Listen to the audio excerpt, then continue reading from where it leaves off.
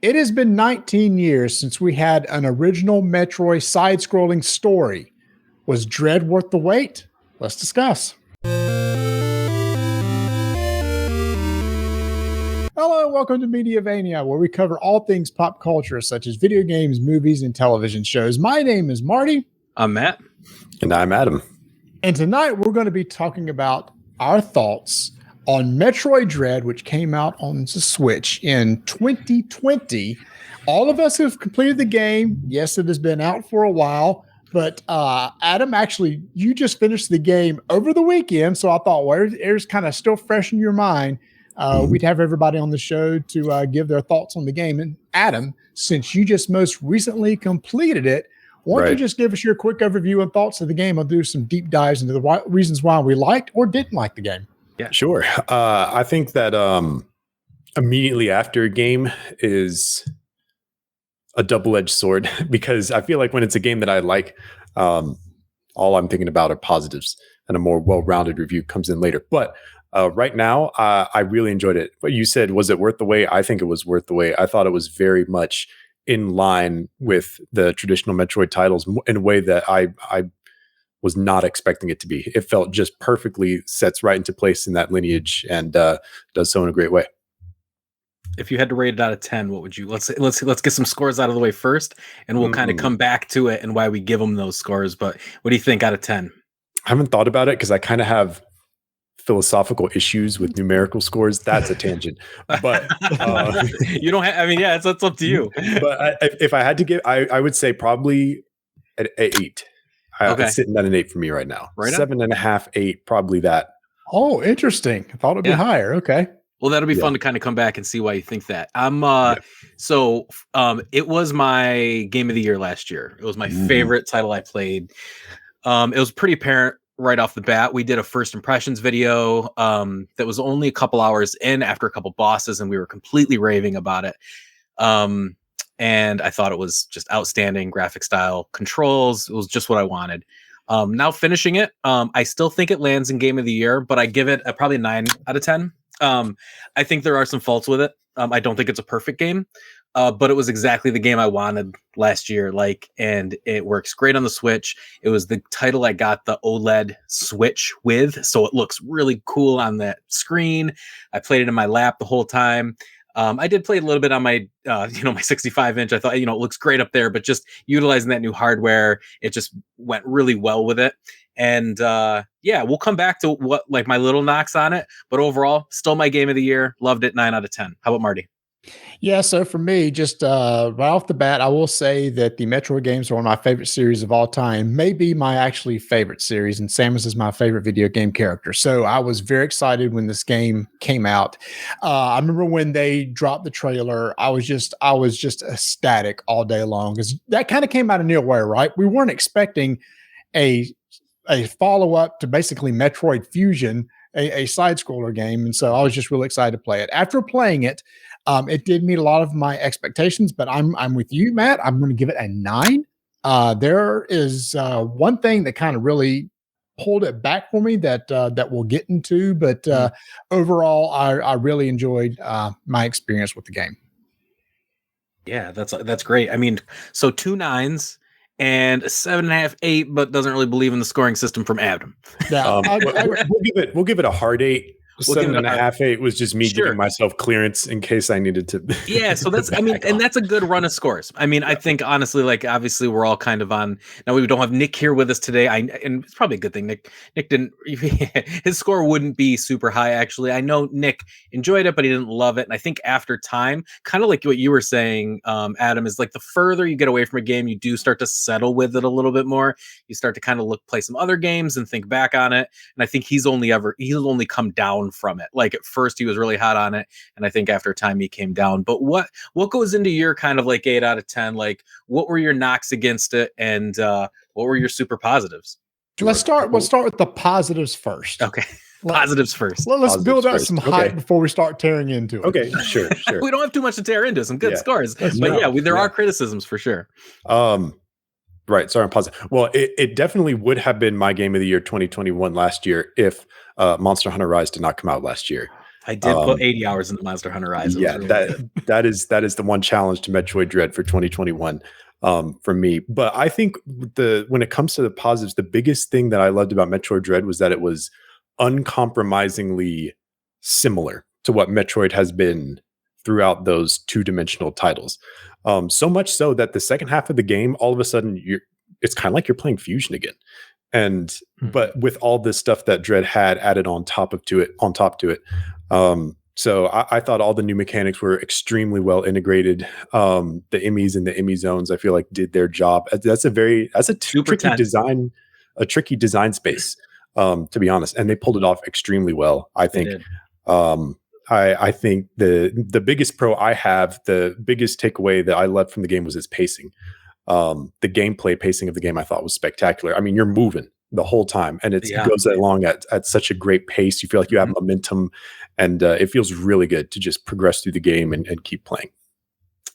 I'll definitely echo all of those points. I think the Emmy zones were amazing, really unique to the 2D side scroller, where you felt like you were almost playing a different game when you went into those zones. It turns into a stealth action. And for those who don't know, these Emmy spaces are, there's one robot that is like stalking you and is a one-shot kill, basically, like if it catches you. Now, there is a mechanic in the game where you are able to parry it or counter it, which is how you end up, kind of eventually defeating them and getting certain items to work your way through them. But really, it's this slower paced, completely different part of the game. And I thought they were done really, really well. The controls were super tight. I thought all the controls felt good. Her counter felt really good. It wasn't another game though. I didn't. What other Metroid was her counter in? It was in Samus Returns. Samus Returns. Okay. So I didn't remember it from Samus Returns, but in this one, it's just like I started countering. I'm like, oh, this feels so cool. And, countering stuff just was great. So the controls were great. I thought the graphics were great. I thought the boss designs were a lot of fun. -1. But ultimately, I think going through them, I think all the boss designs were really well thought out. The mid cutscene things that played out when you fought a boss and you actually have to shoot during the cutscene, really fun. Like, I mean, I don't know, just blasting missiles during a cutscene and trying to continue to knock its health down. So yeah, like the core gameplay is what I want out of a Metroid game. Like that's what I want. Yeah. Now, and Adam, you said it's similar to the other Metroid games, and yeah, it absolutely was. But I think that's what I wanted. I wanted a more modern one of those, and those are my positives from it as well. I really can't add much to that. The name Dread came in from those Emmy zones, and it did create a lot of tension. And there was dread when you realize I've got to go through one of those to get to the other side. And the first time you enter one, you don't know where the exit is, and you're scrambling trying to figure out where the exit is because you just basically got to get through and get out. Eventually, you'll be able to defeat the Emmy, but the first time you go into the zone, you're not going to be able to. So I agree with everything on that. I thought the animations of Samus was some of the best I've ever seen. I agree. The department who did the animations is like, how many frames did you put into these animations? Because everything was silky smooth.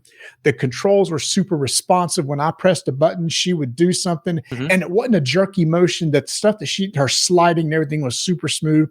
So it looked fantastic. Like you mentioned, Matt, the 2D game style, then all of a sudden would switch into almost like a third person type thing where you got different perspectives of the game as you were going against the boss was great. I thought the amount of time it took to finish the game was almost perfect to me. I think I finished 15 hours of game time. That wasn't replay time. And I thought that was kind of perfect. So all that I loved. I do want to ask this question though. I thought the difficulty was perfect for me. I don't like overly difficult games, and this game was to the point just like I'm getting frustrated, but I'm going to push through this, and I felt great, especially after beating the final boss. So just question to you guys, how do you feel the difficulty was? Was it spot on, too easy, too hard? I felt there was a spike. I felt the first half was significantly easier than the second half, but almost maybe not even the second half. I think like the last quarter of the game really ramps up in difficulty. And I think we're gonna start to fall into my negatives, and it's mainly like just to kind of peel the band-aid off, like the last boss was like ridiculous. I thought that the last boss was way harder than like the entire rest of the game, right? But I think leading up to it and stuff too, I think it was I just think it spiked. Outside of that, yeah, once you get over it and you finish it, looking back on it, you're like, oh, great, I beat it. And overall, it felt good. But I do think there was that difficulty spike. How about you, Adam? Yeah, I'm definitely the kind of person where I like games where I'm going to have to run things back and tackle it multiple times. So in that respect, the difficulty I feel like was great, with the caveat of that last boss. There were bosses where I just had to run it back a few times. You go in, you learn the patterns, you learn a little more, you learn about the next phase. I like that. I think it feels good. I know there are some players who don't like dying, which to me is like, why are you playing video games? But that's another tangent.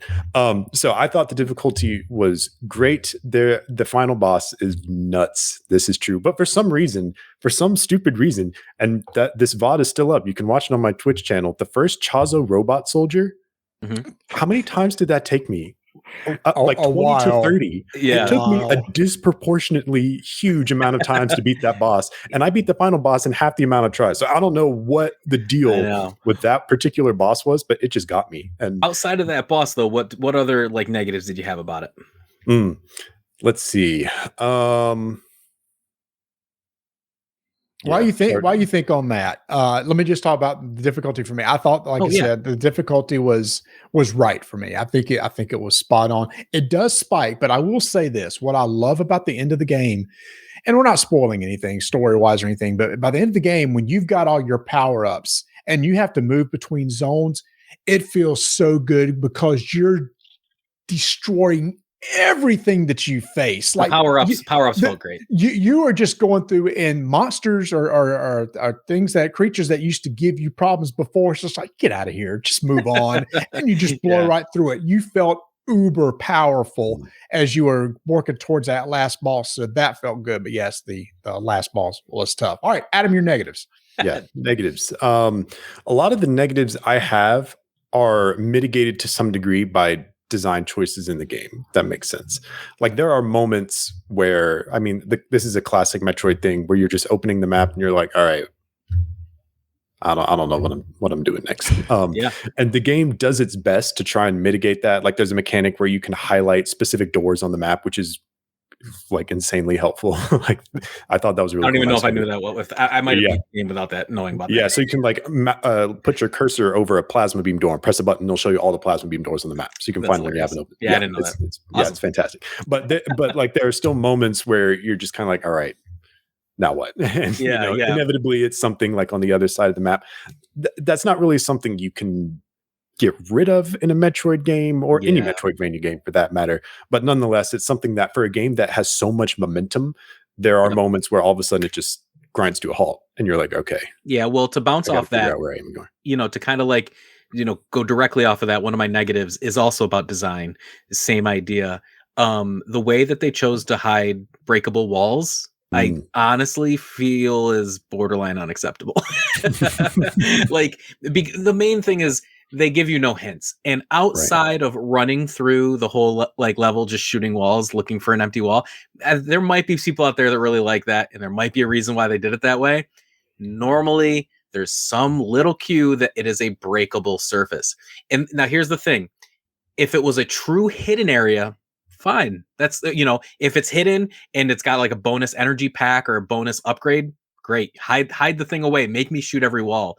But when it's a path to move forward, like you need to get there, you got to give me some clue. I went around in circles for a couple hours, like going back and forth, just saying, like, I don't know how to get by to this next part. And it was because there was just a breakable ceiling that I didn't know. I had to look it up online, and there was an article about it. Like, hey, you can't get past this part. It's because this wall you got to break. I'm like, if you had to write an article about, and more than just myself cannot get by this part, obviously there's an issue here. And I think that was a poor design choice. That's probably my biggest negative. outside of maybe I think the story kind of fell flat at the end. Great game. Didn't really love the ending story bit, but I will keep it kind of spoiler free, but if you play through it and beat it, you'll see what I'm talking about. Those are my main gripes from it. Yeah, and just to real quick, if you've played a lot of Metroid games, I realized I've played all of them actually. While I was playing Metroid Dread, I didn't realize this until I tried to count them up in my head. You can feel it. You can get to a point in the game where you're like, okay, there's a wall that I've just not seen. And at that point, I immediately turn to the guide and look it up because I know that it's going to take me running around the map 3 times over. And since I was streaming it and I wanted to finish it that night, I'm not gonna try and do it. So yeah, that is just to reiterate. I had the same thought. Yeah. At least you do get a power up later on where you can scan and it shows you all the breakable areas, but that's probably about 75% through the game before you finally get that one. My big negative was actually, Matt, what you said was the story. This was supposed to be the conclusion, basically the 4th in the series. I guess you start with I guess you had the NES version. So Metroid, Super Metroid, Metroid Fusion, and Dread. It's supposed to be like a continuous story, right? Yes. So I was excited for how this was going to end, and I was really sucked into the story. And the ending, Matt, like you said, did not stick the landing for me at all. I'm like, yeah, the game's over. I said, wait a minute, that's you. You built up this thing I was very interested in. All of a sudden, credits roll. I went. Is there like an epilogue? I mean, what's going on? So that was my biggest knock to the game. There was some frustrations. I did have to use guides. I did, but I use guides on a lot of the Metroidvania style games. So no shame. Sorry, Adam, go ahead. No, I was just gonna say I haven't. I'm gonna have to watch that cutscene again because I don't remember anything about I was too busy celebrating beating the boss at midnight. But yeah, I also felt like the story was really intriguing up until credits rolled, and then all of a sudden, I was kind of scratching my head over what they're trying to do. So to wrap this thing up, let's see how this compares to all the other Metroid side-scroller games, and feel free to throw in Samus Returns and Zero Mission. Where do you put Dread in those others that you've played? Is it like towards the top of those, or is the worst side-scroller you've played? I'll go ahead and start while you think about it. I think still to this day, after seeing, I've had enough distance from it that I think I still enjoy the first time I played Metroid Fusion more than I did Dread. I just loved Fusion. I thought Fusion was absolutely amazing. So I would probably put Fusion over this one. And it's probably my second or third side scroller for me, with probably Fusion being number 1. Yeah. I am going to take the cop-out answer and say that at this point, having finished the game 2 days ago, it and Fusion are like kind of fighting with each other. I feel like as I sit on it and think about it a little more, Fusion will probably come out on top. And I'll say the same thing, where Fusion I think is the best, and then Dread is pretty close up there. I mean, the polish is just too good on Dread with the quality of life and the way the game feels. It's similar enough to those in core gameplay, but has so much more polish and quality of life that just pushes it up the list automatically. But I still think Metroid Fusion is just that impactful when you play it the first time, for sure. Yeah. I mean, I'm going to say Castlevania Symphony of the Night at the top. Oh, Metroid games. No, I know. No question. Well, I'll tell you, it's been so long since I've played the others in the Metroid series. This one's on top for me because it's just the most fresh in my mind. I haven't replayed. I would honestly like say Super Metroid, is one of the best ones out of all of them, let alone one of the best games of all time. But again, out of all the most recent ones I played were like the Prime series. Like those are also kind of fresh in my head. Like I loved the Prime. I cannot wait for a new Metroid Prime. But in the 2D world, Dread is what I wanted out of a new Metroid game, and I got it. So I think this one is setting up there, as what to be. Or I would play another one. Like if they did not Dread 2, but just another Metroid in this style with some upgrades, I would absolutely play another one of these. Yeah. We used to remember this style of game, the 2D, like whether it be Metroid, we used to get one every year. We used to get 2 a year, like let alone one every like 5 or 6 years. Like it took forever for this one to come out. Yeah. I wouldn't mind if they took some of, they did. They took, the first Metroid, made Zero Mission out of it. Mhm. What was Samus Returns based on? It was What story is that? Super I don't know. Metroid or Was it- Metroid 2? Was there a Metroid 2, like a It was Game like Boy? something. What I want to say Samus Returns, but that's the remake. Yeah, that's the room. Anyway, Metroid, yeah. I wish they could. I never finished Samus Returns because that was about right after the Switch was released. So I started, but I was like, well, I want to play the Switch instead of the 3DS. Mhm. They got the dual screen on there, but I'd love to see Samus Returns come out for the Switch and play it and everything. But like you said, we are now excited and ready for Metroid Prime. We do know that 4 is going to be coming. I'm assuming they're going to re-release the trilogy sometime so we can go back and play those. So, and for me, like I love all the 2D Metroids, some of the first games I ever loved as a kid. And Prime, I feel like is still just so much higher up there for me. My Metroid Prime is one of my favorite games of all time, full stop. So, but that's not what this Prime video is is so about. good. So, yeah, It's still good. Like it still Yeah, plays. It's absolutely. still very It's- good. that's why I hope Yeah. it's remastered. I would love to I play. would play it in a heartbeat. If they again. do a remastered Mhm. trilogy, I'm on that. Yeah, same here. All right, everybody. Well, that's our thoughts on Metroid Dread. Before we get out of here, Adam, where can people find you if they want to come watch you stream or find you on Twitter? Yeah, if you want to show up, it's twitch.tv/Sharkadile. That's SHRQODILE. I'm streaming 4 to 5 days a week, depending on what else I'm doing. Same handle on Twitter. Yeah. Right now playing 13 Sentinels. So are you, Roger Marty? You got started. I am there with him. In fact, I'm having to stay just a little bit ahead. So if I watch his stream, I don't get a story. I mean, any story element that's spoiled. That's a good motivation to keep moving. Yeah. Hey, if you've enjoyed this episode, please give us a follow, give us a share, give us a like. Put any comments below that you have. What are your thoughts and scores on Metroid Dread? Where does it rank with other Metroids for you? And I've been, or I still am Marty. Oh, I'm still Matt. And I am still Adam. Thanks for watching, everybody.